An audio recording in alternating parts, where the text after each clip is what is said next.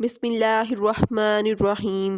آج ہم سورۃ الشمس کی آیت نمبر 11 دیکھیں گے۔ کذبت ثمود بطغواہا، کذبت جھٹلایا سمود بطغواہا باسبب اپنی سرکشی کے، جھٹلایا سمود نے باسبب اپنی سرکشی کے۔ اس کی تفسیر دیکھ لیتے ہیں۔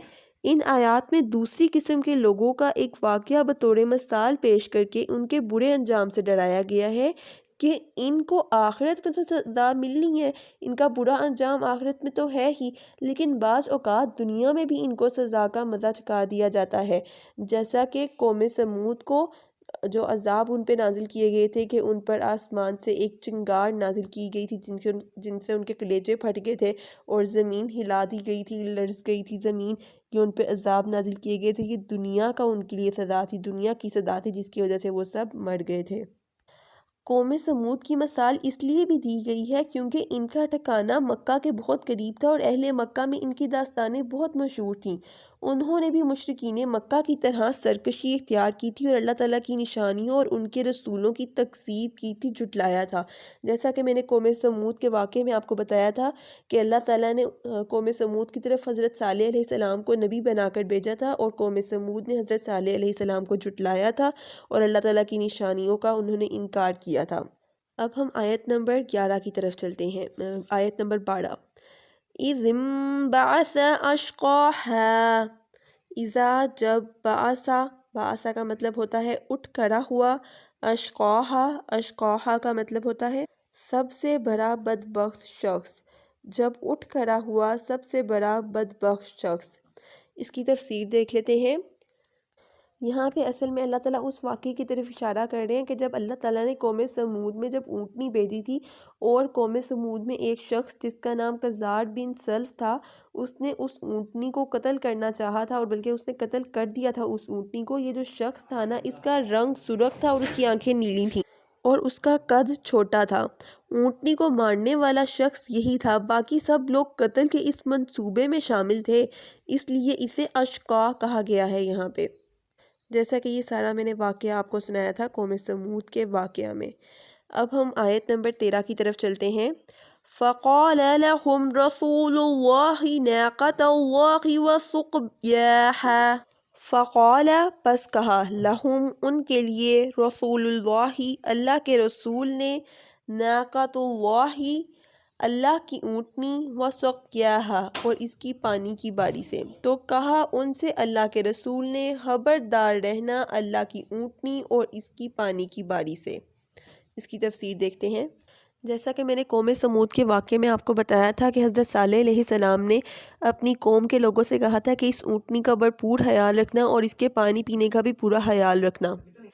اس آیت کی تفسیر کچھ یوں ہے کہ جیسا کہ قوم سمود کے واقعے میں نے بتایا تھا کہ حضرت صالح علیہ السلام نے اللہ تعالیٰ کے حکم سے یہ فیصلہ کیا تھا کہ ایک دن اونٹنی پانی پیے گی اور دوسرے دن قوم کے باقی سب لوگ کو کہ جو مویشی وغیرہ ہوں گے اور باقی سب لوگ جو ہوں گے وہ پانی پئیں گے۔ اب جس دن یہ اونٹنی پانی پیے گی نا، تو دوسروں کو پانی کی بجائے اونٹنی کا دودھ اتنی زیادہ مقدار میں مل جائے گا، کیونکہ اونٹنی اب زیادہ پانی پی رہی ہے تو وہ زیادہ دودھ دے گی، تو اس سے نا وہ لوگ اپنے برتن سارے بھر لیتے تھے۔ یہاں پہ اسی واقعے کی طرف اشارہ ہے کہ جب اللہ کے رسول نے اپنی قوم سے کہا تھا کہ یہ اللہ تعالیٰ کی اونٹنی ہے، اس کا خیال رکھنا۔ اب ہم اگلی آیت کی طرف چلتے ہیں۔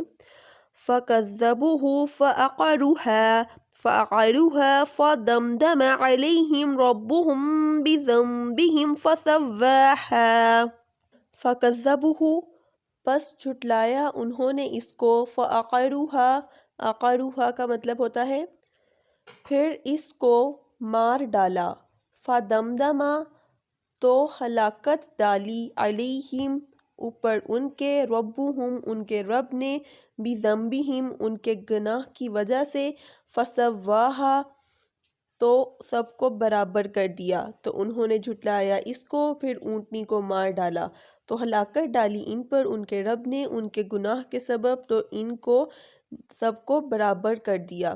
اب اس کی تفسیر دیکھتے ہیں۔ اس آیت کی تفسیر کچھ یوں ہے کہ اونٹنی کو تو ایک شخص نے ہلاک کیا تھا نا، کہ جس کا نام تھا قزار بن سلف، لیکن ساری قوم اس کے ساتھ تھی، بلکہ انہی کے کہنے پہ اس نے یہ کام کیا تھا اور اس لیے ان سب کو مجرم قرار دیا گیا ہے اونٹنی کو ہلاک کرنے کی نسبت پوری قوم کی طرف کی گئی ہے۔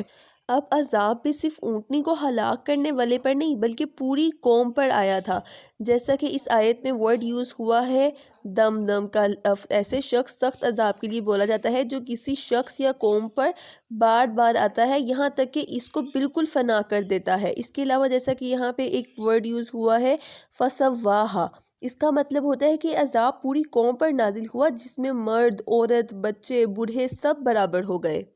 اگلی آیت دیکھتے ہیں وَلَا يَحَافُ عُقْبَاهَا، وَلا وا کا مطلب ہوتا ہے اور، لا کا مطلب ہوتا ہے نہیں، یحافہ خوف، عقباہا برا انجام، اور اللہ کو اس کے کسی برے انجام کا کوئی خوف نہیں، یعنی کہ اللہ تعالیٰ کے عذاب اور کسی قوم کو تباہ کر دینے کے معاملے کو دنیا کے معاملات کی طرح نہ سمجھو۔